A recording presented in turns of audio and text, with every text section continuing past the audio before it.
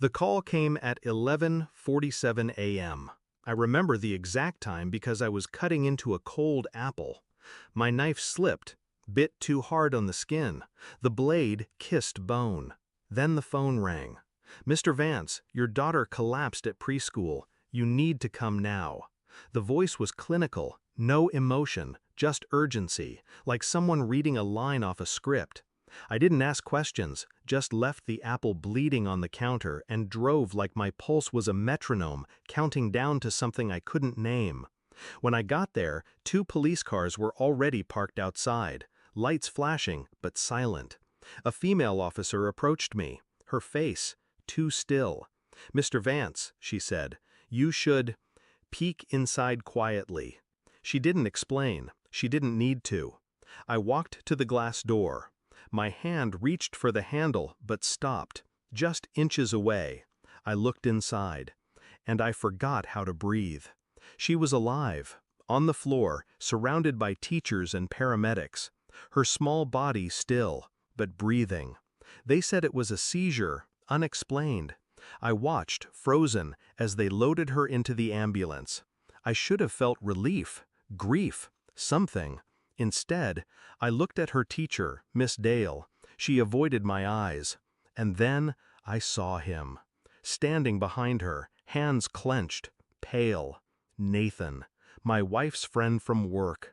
His presence wasn't an accident. He shouldn't have been there. I remember the way he touched her shoulder once, the way she laughed too loudly, how the laughter died the moment she saw me watching. I thought, maybe I was imagining things, until now. Now he stood outside my daughter's preschool, pretending to be concerned, pretending to be family. And for the first time, I realized he wasn't pretending. I didn't say a word to Nathan that day, just followed the ambulance, sat beside my wife as she cried. She didn't ask how I knew to come. She didn't ask what I saw. I watched her. Noticed how tightly she gripped her phone, how her screen lit up with his name when she wasn't looking. I took it while she slept in the hospital chair. I copied everything, messages, photos, voicemails. I sent a strand of my daughter's hair to a private lab the next morning. "No, Mr. Vance," the technician said, "your name won't appear in any reports. We're discreet." Days passed. My daughter recovered. They called it stress-induced. From what? No one could explain. My wife kept asking what was wrong. I smiled, said I was tired. And every night, while she slept beside me, I read their messages. I listened to the lies, the soft moans, the "I love yous" that weren't mine to hear, and I waited. The envelope arrived 5 days later. No sender, just my name. Sharp letters, black ink. I opened it in my office. Inside, a single sheet of paper, DNA results. One column with my name, the other, hers, my daughter's. Probability of paternity, 0.00%.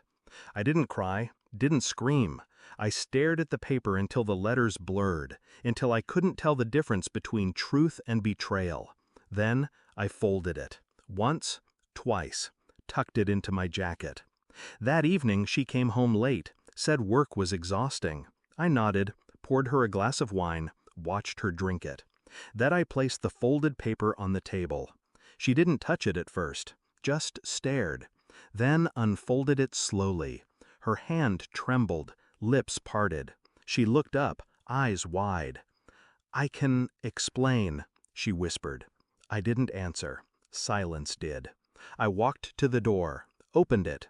Nathan was standing outside, like I knew he would be. He froze when he saw me.